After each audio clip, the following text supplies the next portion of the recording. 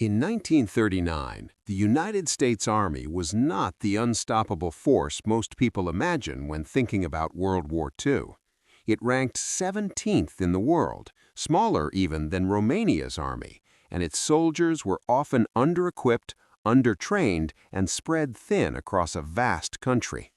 The average soldier carried outdated weapons, and the army lacked modern tanks, mechanized units, and sufficient aircraft.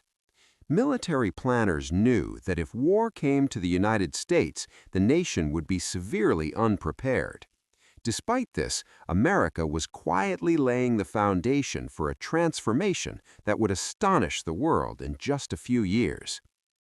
Before the attack on Pearl Harbor, most Americans viewed the Army as a small defensive force, sufficient only to guard the nation's borders and territories. But a small group of visionaries in the military and government recognized that global conflict was inevitable and that the Army needed a complete overhaul. They studied the lessons of World War I, watching how mass production, mobility, and coordinated tactics could change the outcome of battles. They also observed the rapid expansion of Germany, Italy, and Japan, and realized that the United States could not rely on geography alone to protect itself. Recruitment in the pre-war years was slow, and funding was limited by Congress. Soldiers trained in traditional methods, often in small units with little exposure to modern mechanized warfare. Many officers had experience from World War I, but the Army as a whole lacked doctrine for large-scale operations. Despite these weaknesses, the Army slowly began introducing new ideas. Mechanized infantry units were created, and experimental armored divisions were formed. Training camps like Fort Benning and Fort Knox became laboratories for testing new weapons, tactics, and leadership strategies. These steps would prove crucial in the years to come. When war erupted in Europe in 1939, the U.S. Army watched as Germany's blitzkrieg tactics tore through Poland, France, and the Low Countries.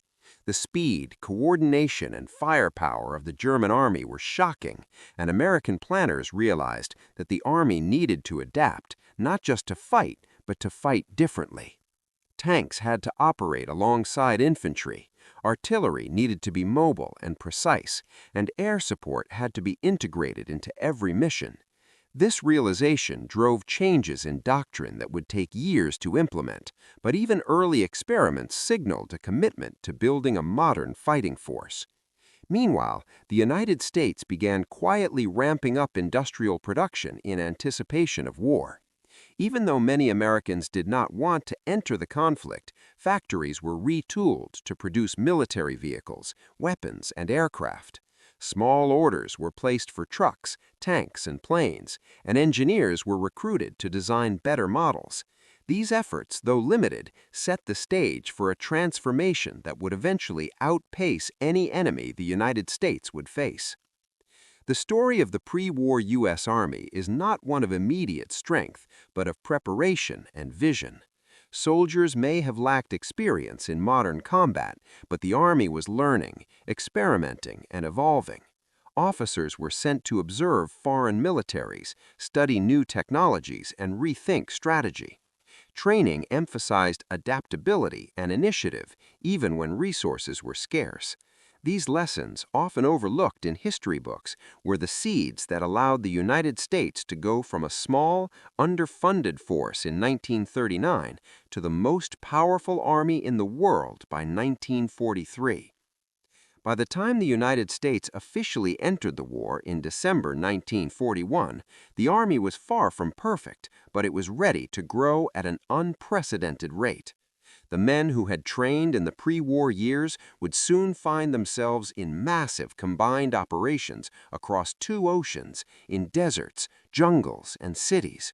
The challenges they would face would be enormous, but the foundations laid in the early years, through careful study, incremental improvements, and the beginnings of mechanized doctrine, ensured that America was no longer the weak army the world had once known. It was a force that could adapt, learn, and eventually dominate on a scale few could have imagined just 2 years earlier. By understanding this phase, it becomes clear that the American Army's strength in World War II was not accidental. It was the product of deliberate planning, cautious experimentation, and an unshakable belief that even a small, underfunded army could become a global force if given time, resources, and vision. The story of this transformation is one of hidden preparation, quiet innovation, and the unexpected rise of a military power that the world would come to respect and fear. By 1940, it was clear that the United States could not remain on the sidelines of the growing global conflict. The Army was small, but America had something even more powerful than troops: its industrial capacity. Factories that once produced cars, refrigerators, and radios were quietly retooled to build tanks, planes, artillery, and ships.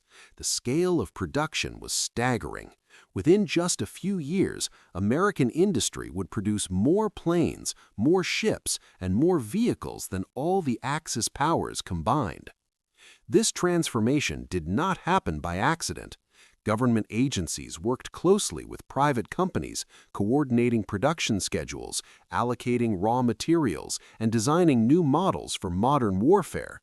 Companies like Ford, General Motors, and Boeing were asked to turn civilian assembly lines into military factories almost overnight. Engineers and managers faced challenges they had never imagined: how to mass-produce complex machines like the B-17 bomber, which required thousands of specialized parts and precise coordination. The problem was solved through innovation, assembly line optimization, and sometimes around-the-clock labor. The American approach to production became known as the arsenal of democracy. It was more than a slogan. Ships rolled off shipyards at record speeds, sometimes in weeks instead of months. Tanks like the M4 Sherman, designed to be reliable and easy to repair, flooded into Europe and North Africa. Trucks and jeeps became the backbone of mobility for armies that moved faster than anyone had expected. Even small details mattered. Standardized parts, interchangeable components, and efficient logistics allowed units to replace losses quickly, keeping forces in the field longer and more effectively than their enemies. Labor was another crucial factor. Millions of men and women, many of them new to industrial work, joined factories. Women in particular became an essential part of the workforce, stepping into roles once reserved for men. Known as Rosie the Riveter, these workers built planes, welded ships, and assembled weapons, ensuring that production never stopped even when millions of soldiers were overseas. The workforce's dedication and adaptability became as important as the machines they built. The impact of industrial mobilization was immediate and undeniable. By 1942, the United States was producing more aircraft than Germany and Japan combined. Tanks, artillery, and ammunition poured into every theater of war. This abundance meant that American forces could absorb losses and continue fighting without the shortages that crippled other armies. Battles that might have been lost due to lack of equipment were instead winnable because soldiers were supported by an endless stream of reinforcements and supplies. But production alone was not enough. American planners understood that machines were only as effective as the people using them. Factories trained workers to produce quality equipment at speed, while the military adapted tactics to use these tools effectively. Training exercises tested vehicles in realistic conditions, ensuring that soldiers could rely on what they were given. When a Sherman tank rolled off an assembly line, it was not just metal, it was part of a system that connected factories, logistics, and front-line operations. Perhaps the most remarkable aspect of the industrial buildup was speed. In 1939, the U.S. had a small army with limited equipment. By 1944, it had built tens of thousands of tanks, hundreds of thousands of trucks, and more planes than most nations could imagine. This rapid expansion overwhelmed the Axis powers, who struggled to match the sheer volume of American production. The Army's ability to fight and win was now directly tied to the factories back home, making industrial mobilization a weapon as decisive as any soldier or tank on the battlefield. The story of the American industrial machine is a story of vision, coordination, and scale. It was not just the size of production that mattered, but how it was integrated with strategy and training. Factories were not isolated, they were part of a national effort where every bolt, engine, and fuselage contributed to victory. Soldiers on the front lines may have won battles with courage and skill, but behind them, a vast network of production ensured they never fought empty-handed. By the time D-Day arrived, the United States had already proven that it could sustain global operations on a scale no other nation could match. Aircraft swarmed the skies, tanks and trucks moved in coordinated waves, and supplies kept flowing across oceans. The industrial juggernaut ensured that even when the Axis struck hard, the United States could respond harder. In the war of machines and men, America had mastered both. By the early 1940s, the United States had begun producing unprecedented quantities of tanks, planes, and trucks, but equipment alone was not enough to guarantee victory. The Army realized that to dominate the battlefield, soldiers, vehicles, artillery, and aircraft had to work together seamlessly. This approach, known as combined arms doctrine, became one of the most decisive factors in America's success during World War II. The concept was simple in theory, but difficult in practice. Infantry could not advance effectively without tanks, while tanks were vulnerable to artillery without infantry support. Aircraft could provide reconnaissance and bombard enemy positions, but only if ground forces coordinated with pilots in real time. American leaders studied previous conflicts, observing that armies integrating multiple branches efficiently could overwhelm even disciplined opponents. Training played a key role. Soldiers were taught to understand not only their roles, but how they fit into larger operations. Infantry units learned to work with armored divisions, while artillery crews practiced supporting advancing troops without accidentally hitting them. Engineers trained to clear obstacles, bridge rivers, and enable rapid movement of men and machines. Every branch practiced coordination under realistic conditions, often in harsh environments similar to those they would face in Europe and the Pacific. The effectiveness of this doctrine became evident in campaigns across the globe. During the North African campaign, American forces combined fast-moving armored units with coordinated artillery barrages to penetrate German defenses. Tanks would punch through fortified lines, while infantry secured the territory behind them, and engineers cleared obstacles. Air support disrupted enemy supply lines and softened positions before ground attacks, creating a synchronized assault opponents could not counter effectively. In the Pacific, combined arms doctrine adapted to jungles, islands, and fortified positions. Amphibious landings required naval bombardment, air reconnaissance, and infantry coordination to succeed. At Iwo Jima and Okinawa, artillery provided suppressive fire, engineers cleared minefields, and tanks offered mobile cover while infantry advanced under aerial guidance. The result was a methodical but highly effective approach to overcoming difficult terrain and fortified positions. Command and control innovations reinforced this doctrine. Communications improved dramatically, with radios allowing real-time coordination between units miles apart. Officers could direct artillery strikes, adjust tank movements, and call in air support instantly. This level of integration was unmatched by most Axis armies, which often relied on slower, hierarchical decision-making. The doctrine also encouraged initiative. Soldiers were trained to make decisions aligned with overall objectives, rather than waiting for orders from higher command. A platoon leader could call in artillery or adjust tank movements to exploit opportunities, confident their actions fit the larger plan. This flexibility made U.S. forces adaptable and unpredictable, frustrating enemy commanders and giving Americans a tactical edge. Perhaps the most striking example was the Normandy invasion.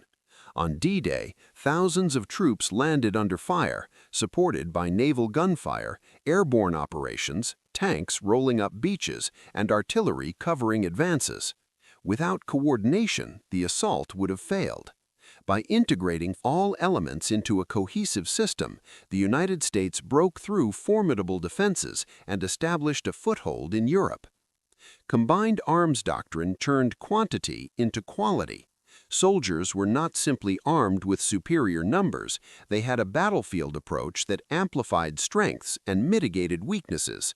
Tanks, infantry, artillery, engineers, and aircraft became parts of a single interdependent machine capable of overwhelming any opponent who relied on brute force or rigid tactics. The lessons extended beyond individual battles. Success on the battlefield reinforced that coordination, flexibility, and integration were as important as firepower. By the mid-1940s, this doctrine had transformed the U.S. Army into a force capable of fighting simultaneously on multiple continents, in deserts, jungles, and urban centers, while maintaining efficiency, discipline, and lethality. The story of combined arms shows that victory was never just about numbers or machines. It was about systems, coordination, and adaptability. The United States did not simply outproduce its enemies, it outthought them. By turning every element of warfare into a synchronized operation, the Army created a multiplier effect, where soldiers, vehicles, and aircraft became exponentially more effective together. This innovation became a defining feature of modern military strategy and a secret reason the U.S. Army was nearly impossible to defeat during World War II. The strength of the U.S. Army in World War II was not just in its weapons or production, it was in its people. American soldiers were trained to think, adapt, and lead in ways that gave them an advantage over almost every opponent. From the earliest days of mobilization, the Army emphasized not only discipline but initiative. Soldiers were taught to assess situations, make quick decisions, and understand how their actions fit into larger operations. This approach fostered flexibility, which proved crucial in battle after battle. Training was rigorous and realistic. Recruits learned basic skills such as marksmanship, navigation, and first aid, but they also trained in combined arms operations, small unit tactics, and problem-solving under pressure. Leadership development was a key component. Junior officers and non-commissioned officers were given responsibility early, learning to coordinate units, manage resources, and make rapid decisions. This created a culture where leadership was distributed throughout the Army, allowing units to function effectively even when cut off from higher command. Specialized training programs gave American forces a further edge. Engineers were taught to build bridges under fire, clear mines, and demolish obstacles that could slow an advance. Medics trained to provide care under battlefield conditions saved countless lives, keeping soldiers in the fight. Soldiers were rotated through exercises that simulated real combat conditions, from amphibious landings to jungle warfare. These simulations were designed not just to teach skills, but to instill confidence and the ability to improvise when plans inevitably failed. The emphasis on adaptability extended to equipment and tactics. Soldiers learned to use vehicles, artillery, and small arms in creative ways. When standard methods failed, they improvised solutions on the spot, modifying tanks to cross rough terrain, setting up makeshift defensive positions, or coordinating unexpected attacks. This ability to adapt under pressure was something many enemy forces lacked. While German and Japanese troops often relied on rigid orders, American soldiers were trained to adjust and think critically, which often turned the tide in close battles. Training also emphasized teamwork. Units practiced working together across branches, combining infantry, armor, artillery, and air support. Soldiers were taught that victory depended on coordination, not individual heroics alone. Drill exercises often included surprise challenges designed to test problem-solving, resilience, and collaboration. By the time soldiers reached the front lines, many had already faced conditions that mirrored the chaos and unpredictability of real combat. The results of this approach were dramatic. In Europe, small American units were able to hold positions against larger enemy forces, exploiting mobility, firepower, and coordination. In the Pacific, troops overcame heavily fortified islands by combining ingenuity with rigorous training, often finding solutions that higher command had not anticipated. Stories from battles like Normandy, the Bulge, Iwo Jima, and Okinawa show repeatedly that American soldiers were able to think on their feet and turn potentially catastrophic situations into victories. Another key factor was morale and the culture of leadership. Soldiers were encouraged to take initiative, but were also supported by a network of experienced officers and training programs. Confidence in their own skills, combined with trust in fellow soldiers and leadership, allowed units to operate effectively under extreme stress. This trust extended across all levels, from rookies to generals, creating cohesion that was critical in combat. The U.S. Army's training philosophy also emphasized learning from experience. After each battle, lessons were analyzed and incorporated into new training programs. Mistakes became opportunities to improve tactics, equipment use, and leadership approaches. This continuous cycle of learning and adaptation meant that the Army was always evolving, and each deployment made future operations more effective. Ultimately, it was this combination of rigorous training, distributed leadership, adaptability, and teamwork that turned ordinary citizens into a highly effective military force.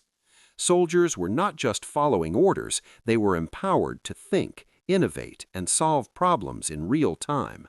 This human factor, often overlooked in discussions of industrial production or battlefield tactics, was a decisive element in the United States' ability to fight and win in multiple theaters of World War II. The story of American soldier training shows that victory is not simply about numbers or machines. It is about people prepared to face uncertainty, make smart decisions under pressure, and work together toward a common goal. It was this focus on the human element that amplified every advantage of the U.S. Army, making it not only well-equipped, but also resilient, adaptable, and nearly impossible to defeat. By the middle of World War II, it was clear that the United States' success on the battlefield was not due to any single factor. Tanks, planes, and ships were essential, but their effectiveness depended on doctrine and the soldiers who operated them. The real strength of the U.S. Army came from the integration of three interconnected systems: industrial production, combined arms doctrine, and soldier training. Together, they created a force that was flexible, resilient, and nearly impossible to defeat. Industrial production provided the raw power. Factories churned out more planes, tanks, trucks, and ships than any enemy could match. This volume allowed the Army to sustain operations across multiple continents. Equipment losses, which might cripple other nations, were quickly replaced, keeping units in the field and maintaining momentum. But production alone would not have been enough. Machines without strategy were just tools, not weapons of victory. This is where doctrine made the difference. The combined arms approach ensured that every piece of equipment had a purpose, coordinated with infantry, artillery, and air support. Tanks advanced with infantry protection, artillery covered movements, and aircraft disrupted enemy supply lines. Soldiers trained to operate within this system, communicating, adapting, and exploiting opportunities. The integration of strategy and technology turned raw production into battlefield dominance. Soldiers were the third critical element. American training emphasized initiative, adaptability, and problem-solving. Officers at all levels were empowered to make decisions in the field, and soldiers learned to act independently while remaining aligned with overall objectives. This created units that could respond to chaos, improvise solutions, and capitalize on weaknesses in enemy formations. The combination of well-trained personnel and overwhelming equipment created a force multiplier effect few nations could match. The interaction of these three systems is visible in some of the most famous battles of the war. In Europe, D-Day demonstrated industrial might, doctrine, and human skill in perfect coordination. Ships transported thousands of troops and vehicles across the English Channel, while artillery, tanks, and infantry worked in synchrony to breach defenses. Air support disrupted enemy movements. On Pacific Islands, amphibious landings relied on naval bombardment, engineers, infantry, and air power, all working as one. Every success was the product of systems operating together, not luck. This integrated approach also allowed the United States to sustain prolonged campaigns. When supply lines stretched across oceans, production ensured equipment, ammunition, and reinforcements kept flowing. Doctrine ensured forces used resources efficiently. Soldiers ensured tools were employed effectively, adapting to combat realities. The synergy of these three elements created momentum difficult for any enemy to stop. Even more importantly, the system was self-reinforcing. Combat experience informed doctrine, revealing what worked and what needed adjustment. Lessons from battle fed back into training programs, producing soldiers better prepared for the next challenge. Factories responded to the evolving battlefield needs, producing improved vehicles and weapons. Each element strengthened the others, creating a cycle of continuous improvement that left adversaries struggling to keep up. The secret reason the U.S. Army was so hard to defeat was this integration. It was not a single weapon, tactic, or strategy. It was a comprehensive system where production, doctrine, and soldiers amplified each other. Machines without strategy would have been wasted. Soldiers without equipment would have been vulnerable, and doctrine without trained personnel would have failed. By the end of World War II, the Army had proven that modern military strength comes not just from size or firepower, but from coordination and adaptability. The combination of relentless industrial output, sophisticated combined arms operations, and highly trained adaptive soldiers created a force that changed the course of history. Understanding this integration explains why the U.S. Army went from a small, underestimated force in 1939 to an almost unbeatable power by 1945. It was a deliberate, interconnected system of people, machines, and strategy operating in harmony, a combination that made the United States Army nearly impossible to defeat in World War II.